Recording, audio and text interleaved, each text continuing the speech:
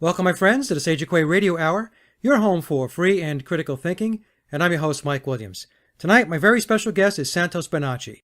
Santos is an expert in the field of syncretism. Syncretism encompasses many areas of esoteric study, including theology, astrotheology, natural science, astrology, and the ancient holy science of as above, so below. These teachings enable one to develop wisdom and enlightenment far beyond what the world currently has to offer. My conversation with Santos was wide-ranging as we discuss a multitude of topics, including, of course, syncretism, astrology, the flat earth, and the current state of humanity. And to kick our discussion off, I asked Santos about his ongoing issues with the corporate legal system, and here is what he had to say. You're still working through the legal issues. That the original number was up, did you say about $131,000? Was that the number?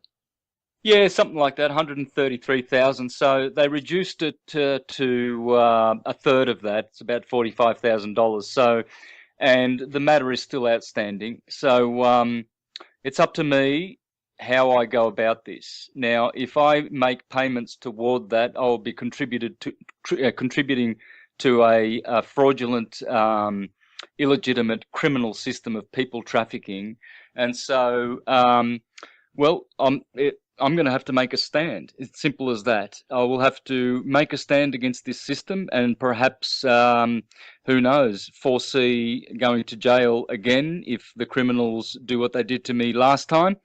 But I will still have, at least I'll have a clear conscience. I can't see myself paying that money, especially when it's the government who is the trustee and the fiduciary trustee of the trust system, and they should be the employees dealing with all settlements and balances and what have you. So there's crime going on, and since my case is so worldwide known, I think I'm going to make a nice little stand against the bar and against their crime, and notice them. So I'm reaching out to all the great law people out there as to the best way to do this, but I want to do that. I want to make it public, and I want to show people how to get out of the people trafficking system of commerce, of the legal name, and to live in honor, to live free, and to be self-determined as our Creator designed us. Now, Santos, when you went through that whole process, did you sense that the judge in the corporate court, did you get the sense that he was clearly understanding your position and your challenge, or did you get the sense that he was oblivious? I don't know. But I've seen deceit in all its colors before. I've seen it, and they are deceitful. They know they are pulling tricks out of the hat every time they trick someone. They are tricksters. They commit barratry. They commit personage. These are crimes up to 20 years jail. They are crimesters. They are the money changers that Jesus condemned. And they are a den of thieves. They are a den of thieves, a coven of witches, offspring of vipers, hypocrites, Pharisees, and they are murderous. And simply because of love of gain, they do this. They make money from the bonds. They've got their special funds, and they make money on the birth certificate bonds, and they don't care if they put a young innocent guy in jail for 3 or 4 years where he can get raped and murdered. Because they're getting all of these funds going into their little pockets. And they are the money changers, and they will go to jail, and I will privately prosecute every single individual who caused me harm through the legal system one day. They will never forget my name. As I said to the judge that got me 6 weeks for contempt of court, so called, I said to him, never forget my name. And he will never forget it, even when he is in hell for eternity, which he will be remembering my name, and that will be the name that will be persecuting him for as long as it takes. I don't know, maybe forgiveness from the universe will come to him, but I know personally that this man has done a lot of harm to a lot of my sovereign good friends. A lot of them have gone to jail through this one particular man who got me. I won't mention his name. I don't need to. He will never forget my name, and neither will any of the scum who harmed me They will go to jail. I will prosecute their asses. They will be in jail, all of them, every single one of them. Yeah, I was following the case. In fact, some of the commentary that you had done when you had left the courthouse, I guess it was back in April of, I want to say 2015. I had put it up on my other YouTube channel, and it was very interesting. In one of the clips, you were actually educating the news media on what this was all about, and I found that very interesting. Now, when do you have to address this again, or is there a date in which you have to re-engage with them? Yeah, April 30th, brother. So keep that in mind, and anyone else listening who knows, you know, call it a remedy, call it a whatever. The best way to denounce them, notice them, and make it public. I'm going to make it public. I think I've got the best way, and I do believe it has to do with the birth certificate and handing it back to them. I don't want that paper. That is criminal paper. So I'm going to notice them with my own affidavit of truth or whatever, um, and I will be returning that piece of paper and noticing them of their crime. I do believe that the legal name is fraud, simply because we don't know how to go back to the private credit system which was once established through the republics. See, Australia is a republic, Yep. has been since 1919. We have been a republic since then, but of course, through all these parliamentary acts, we have been reduced to citizens of a country, which is the Vatican debt slave system.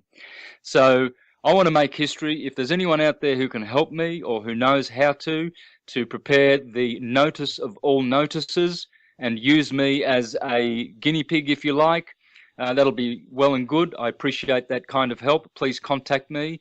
My contact is available publicly on the internet. Otherwise, I have my own paperwork which I will be putting to the court before that date, and I will be noticing them of their crimes and that they are illegitimate and demon worshippers, and that I am connected to Source and the Creator, and if they wish to do me further harm, that's their decision. Okay. All right. Well, good enough. I know a lot of people were asking. They knew that I was going to have this show with you, and I was receiving emails from folks saying, "Could you ask Santos how this is going?" So thank you so much for the update. Well, just let me add there, this is the reason, Mike, why I've been so busy doing 1 or 2 shows every 2 or 3 days in Spanish, Italian, English, to get Syncretism out on a new level, because I have a much, much higher level of information now, and I'm getting it out, and I'm doing so just in case things go rotten for me on April the 30th, and the demons decide to do another nasty. If they should, that's fine. I'm prepared for all eventualities and potentialities.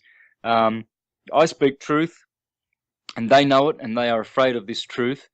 And so I would like to reach out to all truthers out there, and there are so many good souls out there. We are a beautiful, beautiful creation.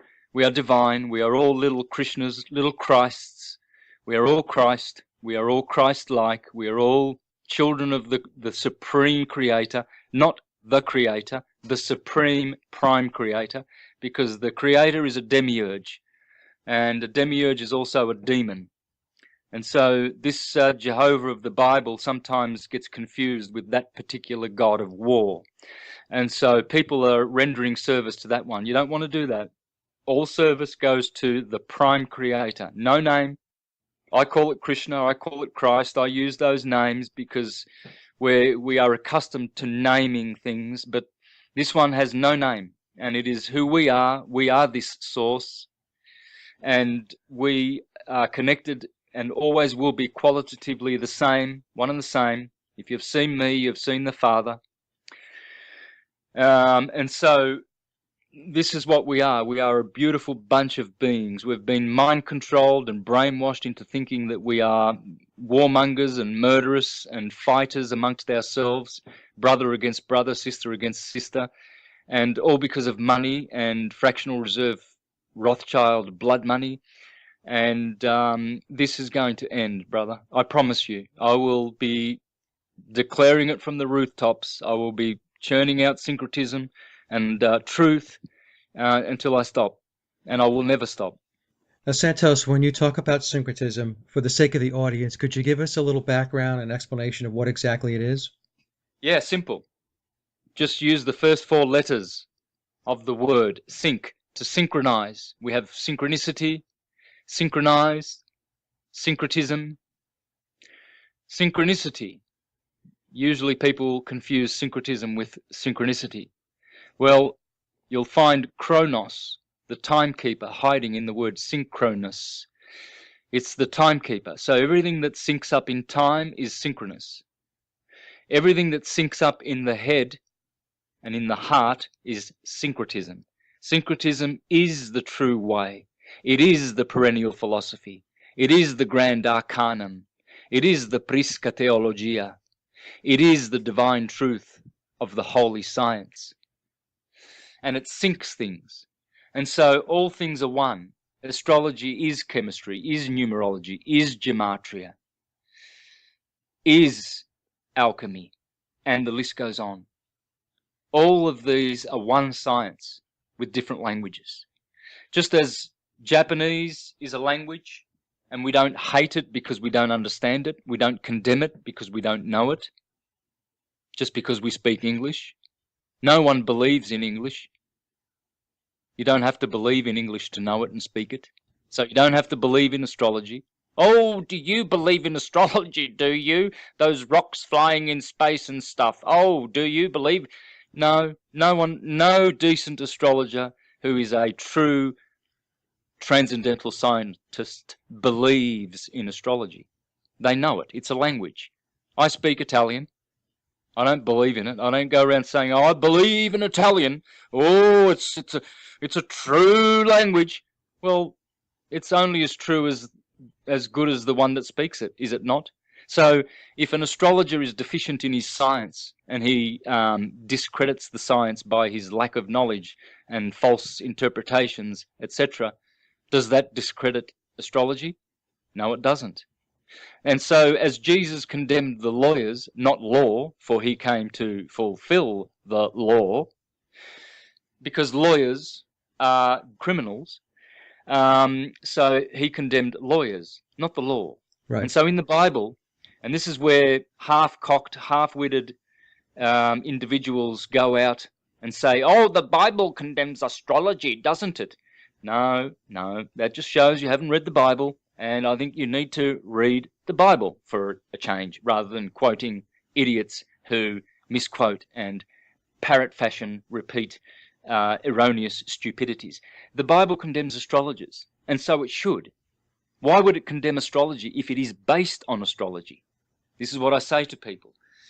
It is based on astrology. 12 tribes of Israel, 12 apostles, 12 trees in the Garden of Eden, 12 bread loaves on the table of offering in the tabernacle, 12 this, 12 that, 12 precious stones on the ephod of the high priest of Israel.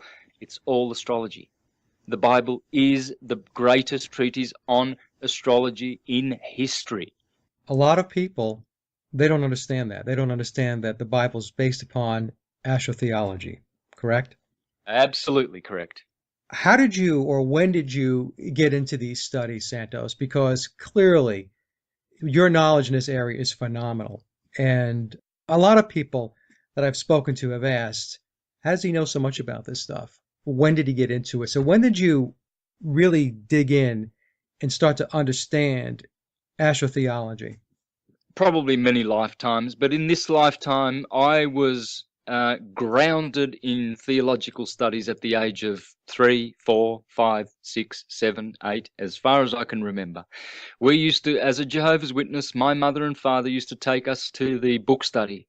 And in the book study, we used to study a little red book called Babylon the Great Has Fallen.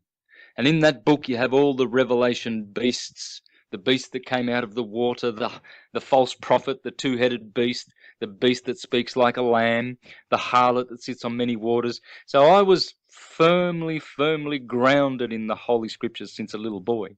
I was a Jehovah's Witness for 30 years, knocking on people's doors, trying to save them to Jesus and the kingdom of God.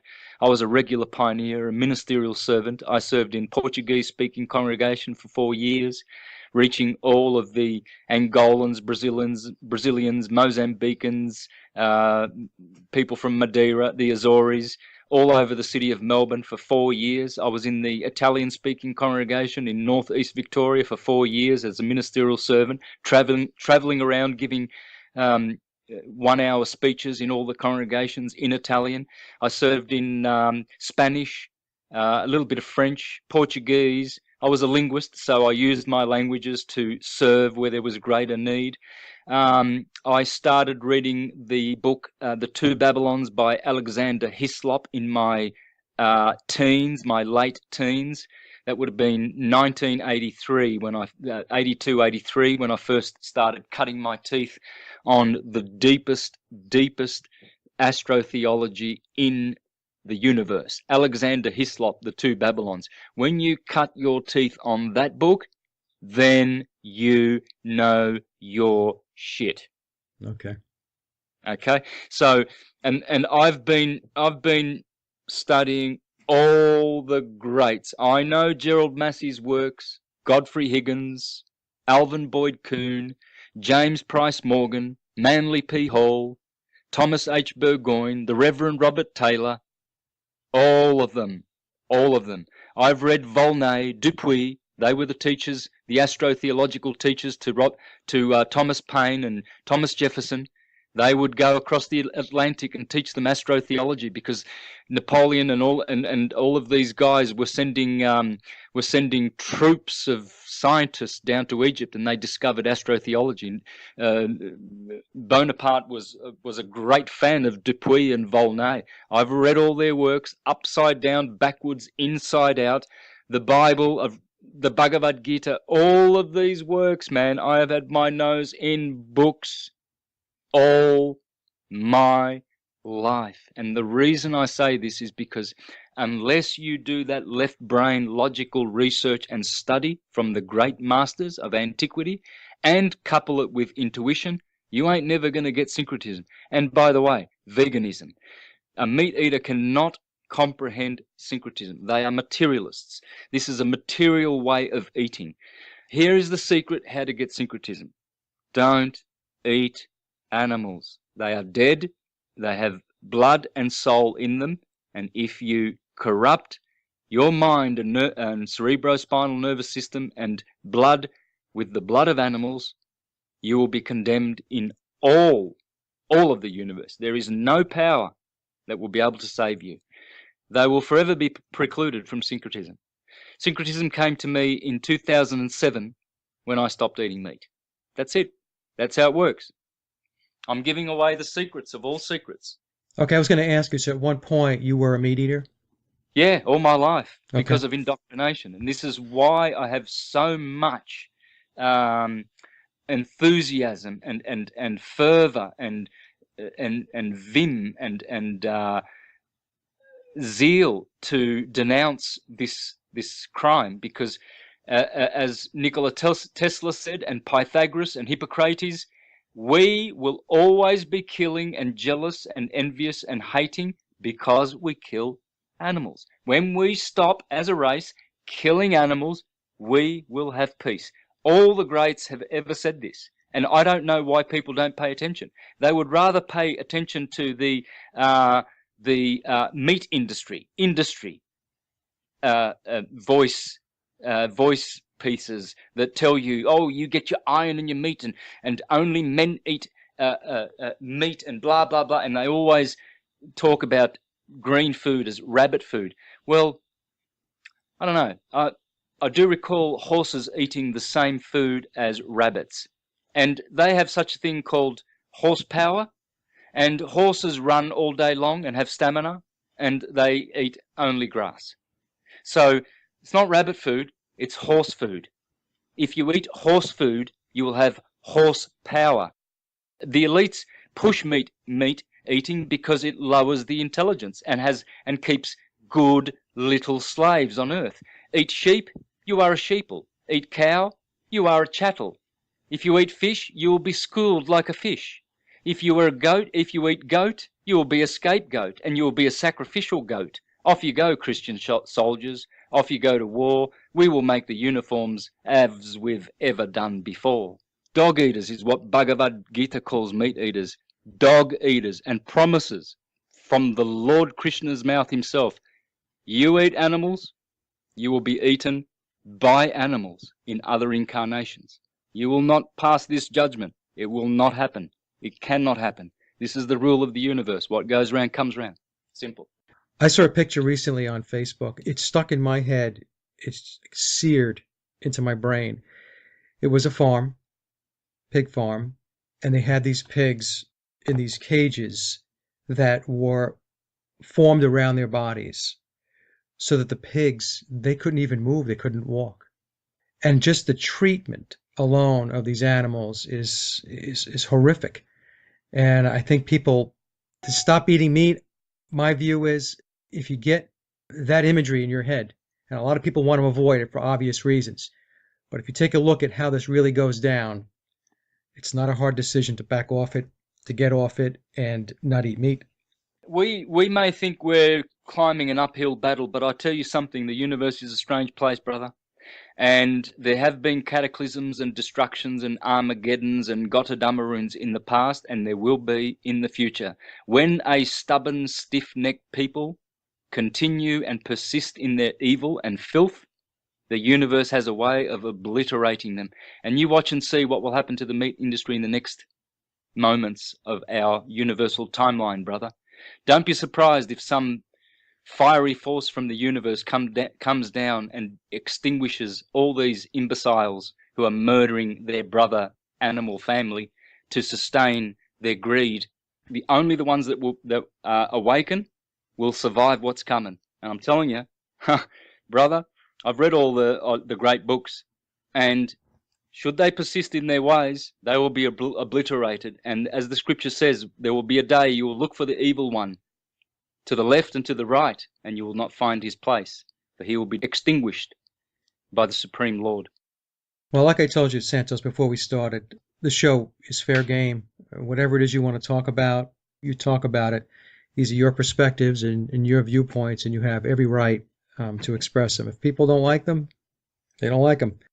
Well, let me ask this then.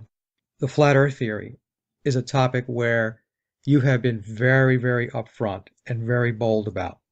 And I was wondering if maybe you can take us a little bit through how you got there, how your attention and your focus went to the flat earth. Yeah, well, because I'm a truther, it's my way, it's my path to examine all things and scrutinize them and question all things, because I'm using my own mind. Right. You see? So I let my mind research. I let my heart see, and my pineal gland, and my spirit, and my soul. Here's one way, and only one way, which I need to share for any intelligent being who has intelligence and ears to hear and eyes to see. How can it be possible that we are on a spinning globe if you can get a camera and take time-lapse picture of the North Pole, and you will see a bullseye, perfect star trails of a bullseye shape? How can that be if we are rotating and orbiting? So that explains the rotation, sure, granted. But it only explains the rotation if the individual is standing at the North Pole. You can't be taking time-lapse photos from Italy or America or anywhere and get that bullseye. That bullseye is proof that the stars are turning and the Earth is not turning whatsoever.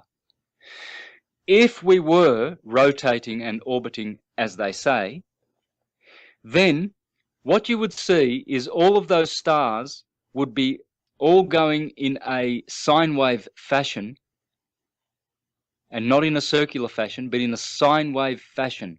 Why?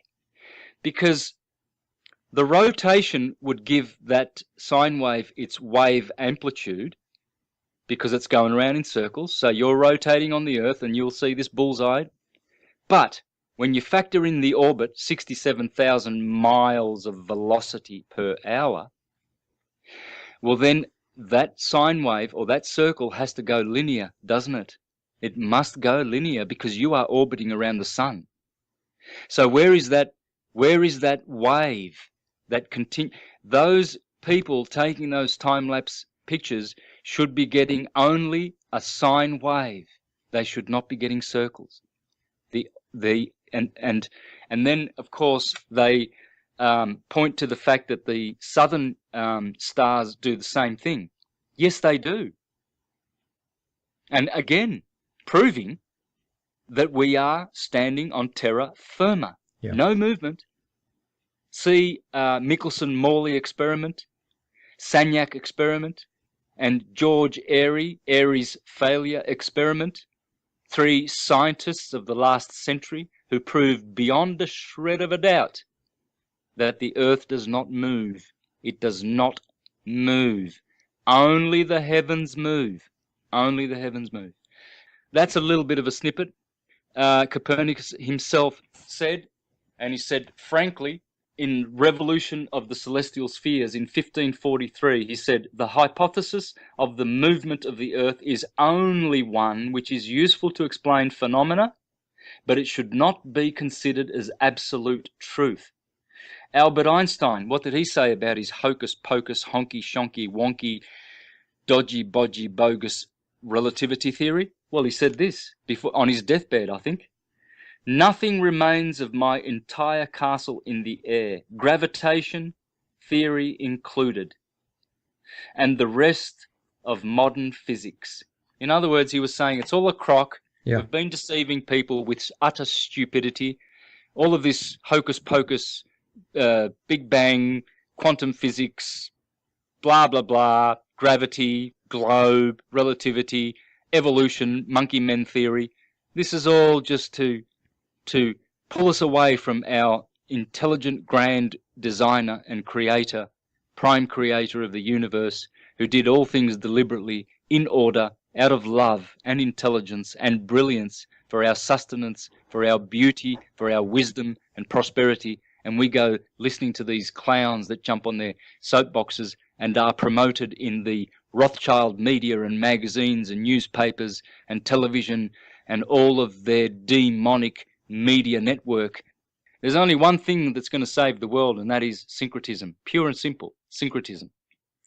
Now, it seems to me, and let me see if you have the same opinion, that the flat Earth is reaching some level of critical mass, because we're seeing more and more stuff come out now from the mainstream media and mainstream science where there's a lot of backtracking taking place now. And it seems to me that the people that want to keep the heliocentric model in place are starting to get a little nervous, I guess is what I'm saying. Oh, yeah, of course, they're lying through their teeth. These are shills. These are pseudoscientists. They know nothing about transcendental science, which is in our scriptures. See, I teach transcendental science directly from the Bible, from the Vedas, from all of the ancient holy texts. And this is what they are desecrating with their stupidity. And of course, they're lying through their teeth. Now their backs are up against the wall because they're being caught out of the mouths of babes. People who are unskilled in these sciences are coming out and seeing the truth with their own eyes. We don't have to believe these idiots anymore. It's just the truth is becoming evident with our own intelligence. There's a great scientist called Ken Wheeler. Ken Wheeler is absolute gem, and he just debunks all of this rubbish about gravity. And he's been on the case. He's been on the case for the last couple of years. Here's the website. It's called Theoria Apophasis. Theoria is Theoria. New word apophasis is Apophasis. And have a look at the video called Magnetism. And have a look at his others. He's already debunked these scientists saying that they've discovered gravity. This guy potentially is the only man alive that I know of that can explain magnetism and all things energetic in the universe. Now, if you really want to understand all things energetic in the universe, this guy has got the goods. And I'd be spreading this website all over the planet, because we will eliminate these fools, knock them off their soapboxes, and shut them up forevermore, and so that only intelligence remains and persists on this plane, as it should be. Well, I'm going to add the link into the show notes. This question for you, and actually this question was presented to me by a couple of people. The debate is that astrotheology, the zodiac, does not work with the flat Earth. What is your take on that?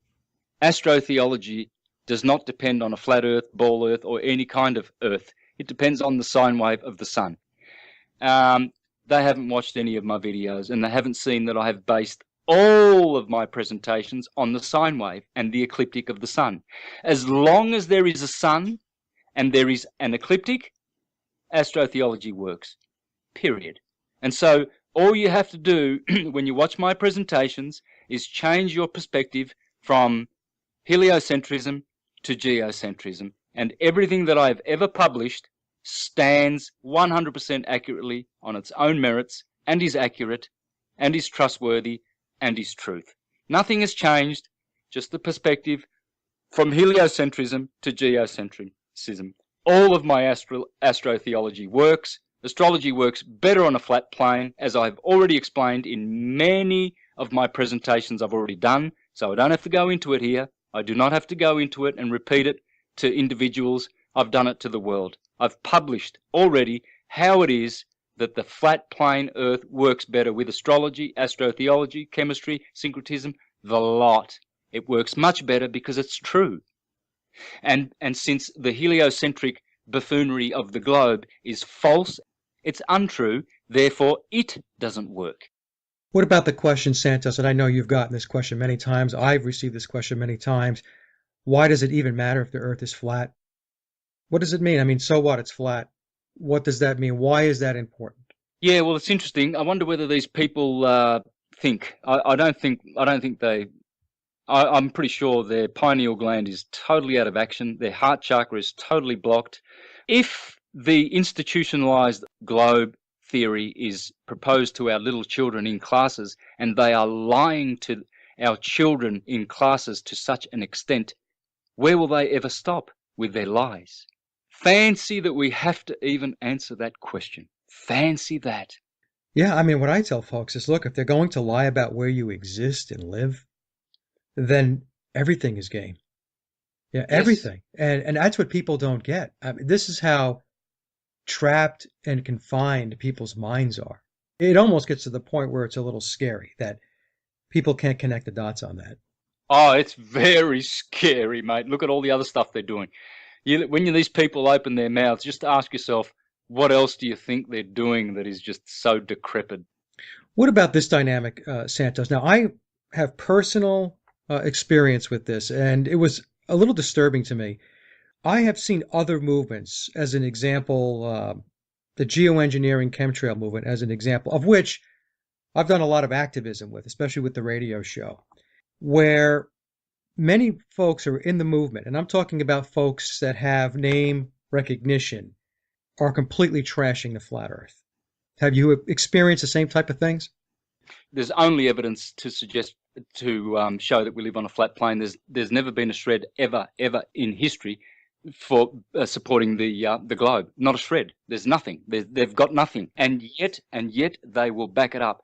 They are shills. Now, some of them are not denying the flat Earth. What they're saying is that it's a distraction from more important issues that need to be dealt with. Well, that's because they are distracted. How can any falsehood that you expose and reveal be a distraction?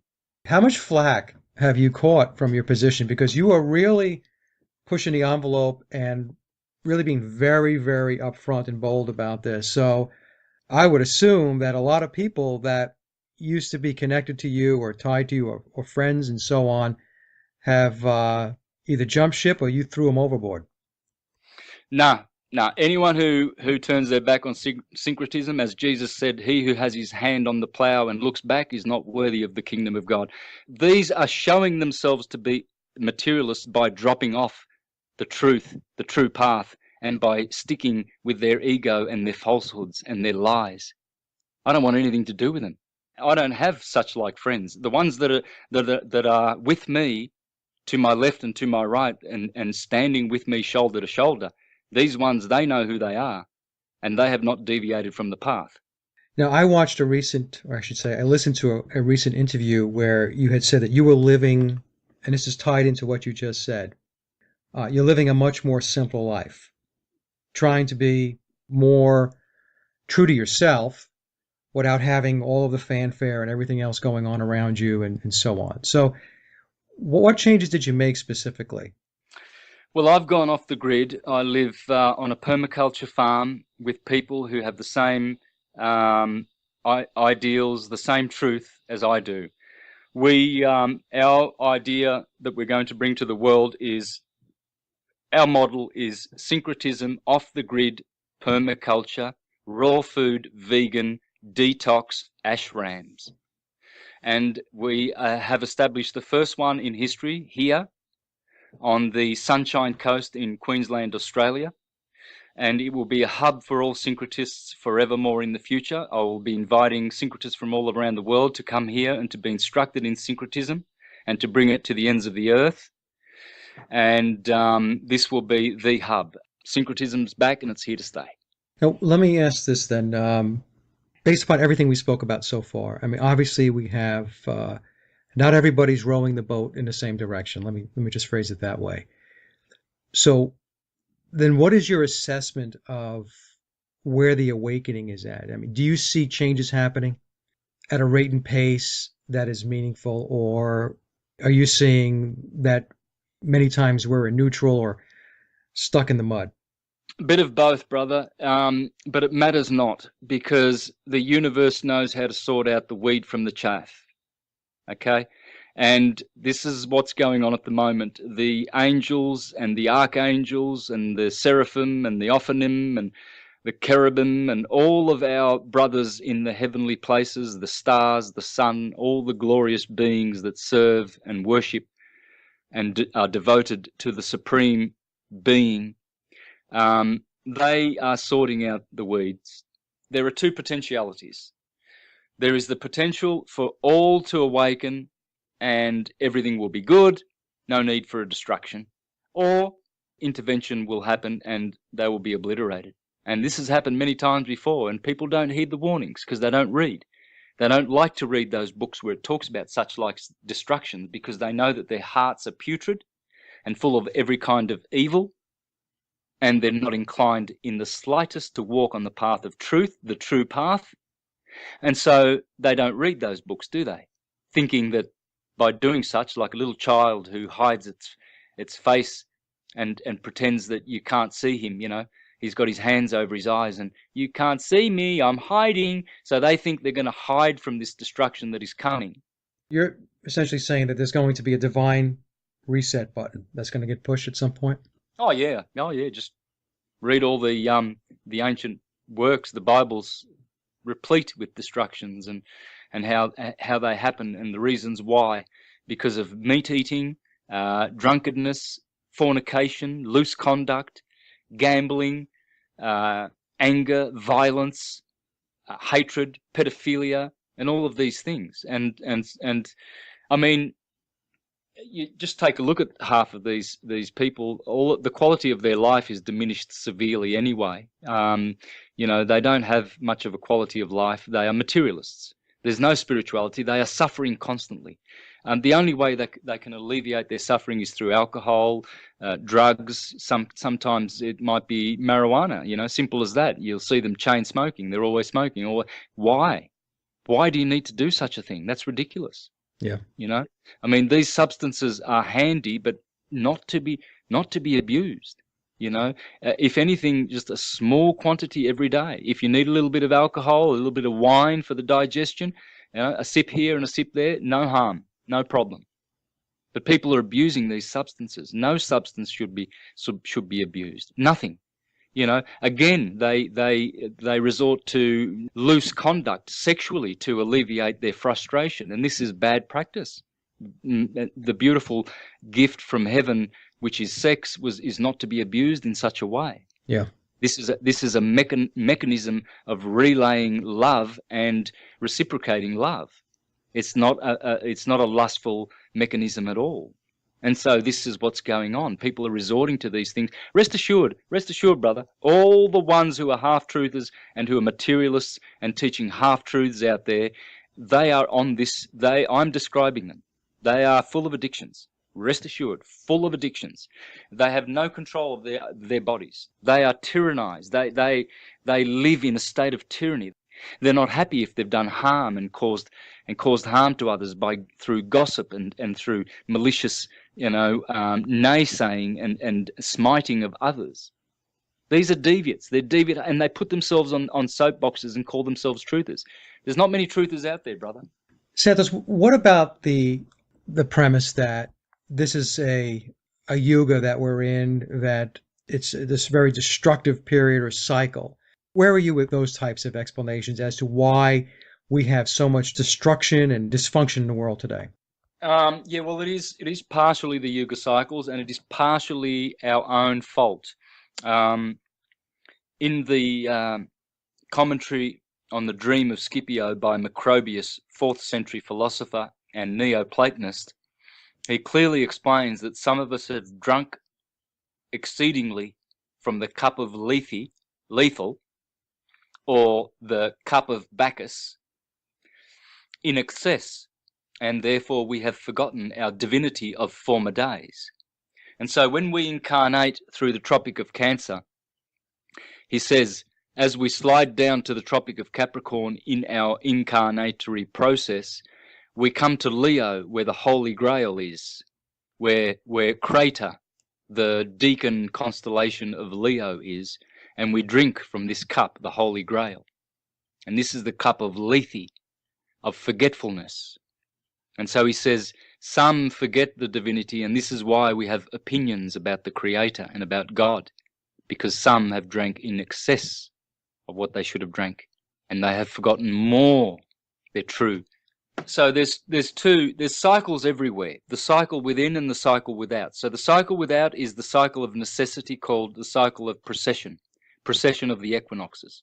And so now we are in the age of Aquarius. Formerly, for 2,000 years, we were in the age of Pisces, ruled by Jupiter, Zeus, Jesus, baptizing us in Piscean mutable water. And so the water emotional element is the false baptism, whereas the spirit air of Aquarius is the spiritus, the pneuma of the Greeks, the Holy Spirit.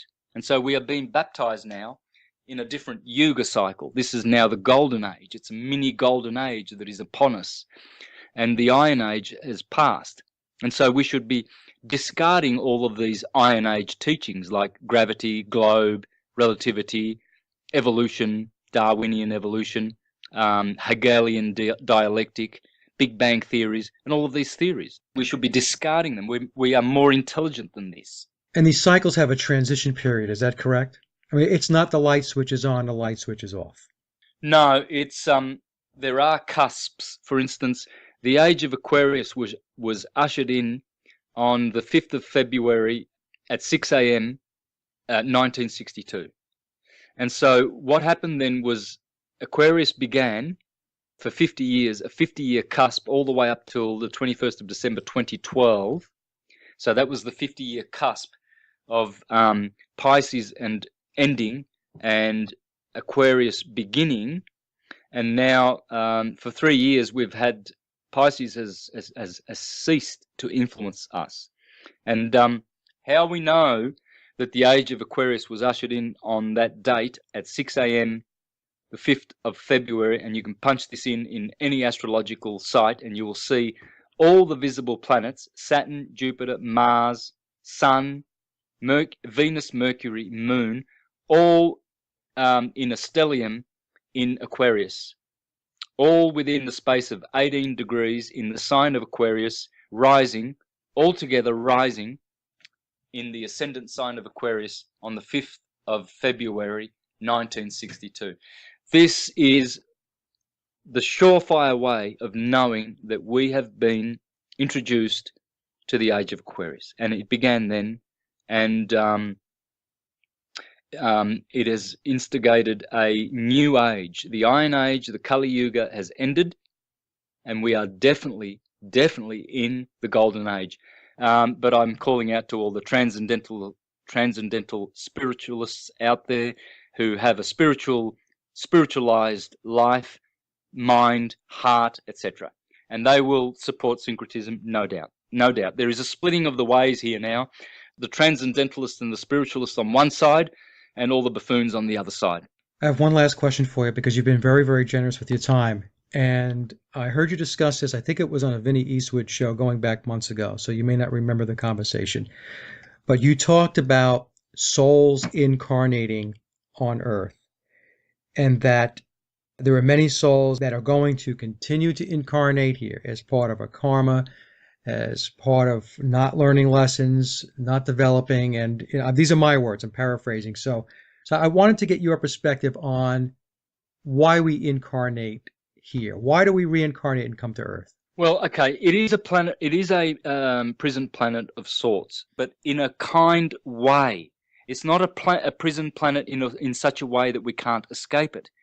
The archons, the 7 archons, Saturn, Jupiter, Mars, etc., archangels, cosmocrators, and leaders of the way, they are our brothers, and they are in charge like wardens of a prison, of this prison planet. And they only keep us here if we do not deserve to escape here. And so it is a prison planet, but you are a prisoner of your own will and of your own stupidity. The way to ascend is simple: devotion to the Supreme Being. That's it. That's it. There's no other way. You can't acquire salvation through prosperity consciousness. You can't through speculative philosophy, empirical philosophy, or research. You can only devote yourself and serve the supreme, truthful, beautiful being of the universe. It's the only way. No trivium. Trivium ain't going to save you. Studying about fallacies and all of this hocus pocus. None of that. All of these half-truthers standing on their soapboxes, they are half-cocked Mayavadis. A Mayavadi is a teacher of illusions.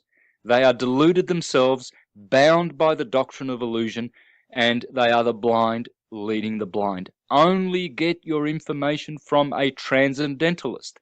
What is a transcendentalist? The Neoplatonist school, the Hermetist school, not the Aristotelians. Do not put your trust in man. Proverbs 3:5. And so, yes, it is a prison planet. And why do souls come here? Well, some of them, like you and I, have been sent here to teach the rest and help them. Extend an arm, a hand out to them. And some have been punished. According to the Hermetica, according to Bhagavad Gita, there's 2 ways that souls come to the earth. And one is for them to come as savior-type individuals, to extend a hand and help them and enlighten them.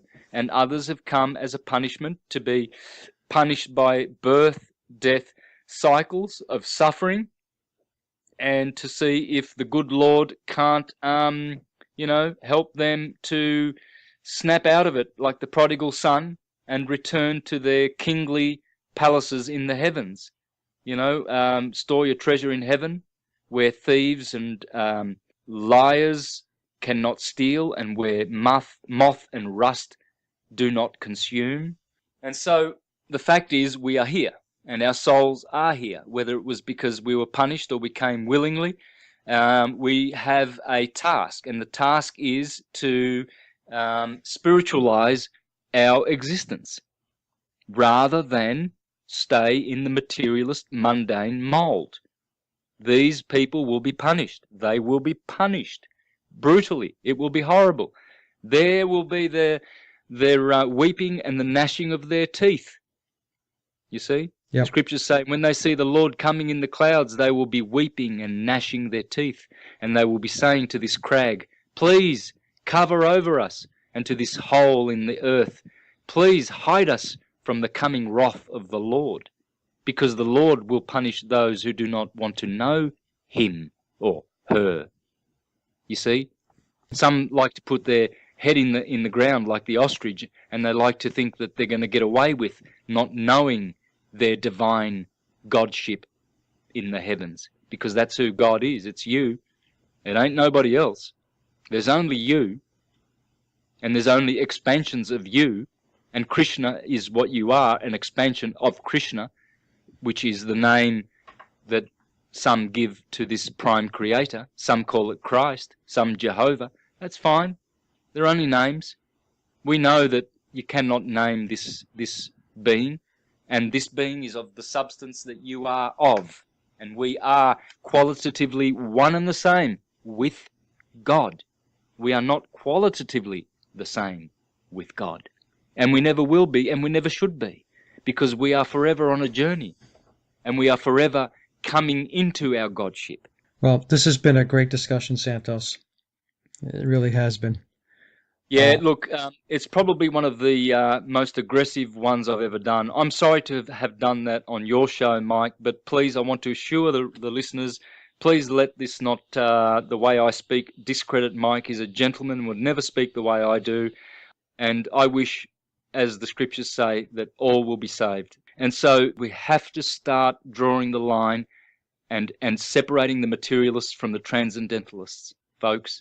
It's time for salvation of everything that is going lost and appears to be perishing. We can do it. We are the ones we've been waiting for. And I thank you, Mike, for this opportunity. We can do this, and we will. You had the floor to speak your mind, and that you did. And where can our listeners learn more about your work? I would go to my YouTube channel, Mr. Astrotheology. One word, M-R Astrotheology. So Mr. Astrotheology, and my website is universaltruthschool.com.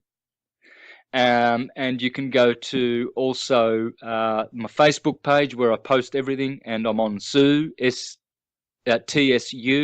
and also faceuni.com, which is an alternative to Facebook, which is basically just Tracebook. And as the founder of Facebook said, Facebook users are idiots. So yes, I am an idiot for being on Facebook. I recognize that, but I also realize that it's a place to reach a lot of my beautiful sleeping brothers and sisters, which I care for and love very much. And that concludes another Sage of Quay interview, and I hope you enjoyed the discussion as much as I did. Links to my guests' websites and social media are listed in the show notes below. And as always, I'd like to thank everyone for listening and visiting the blog.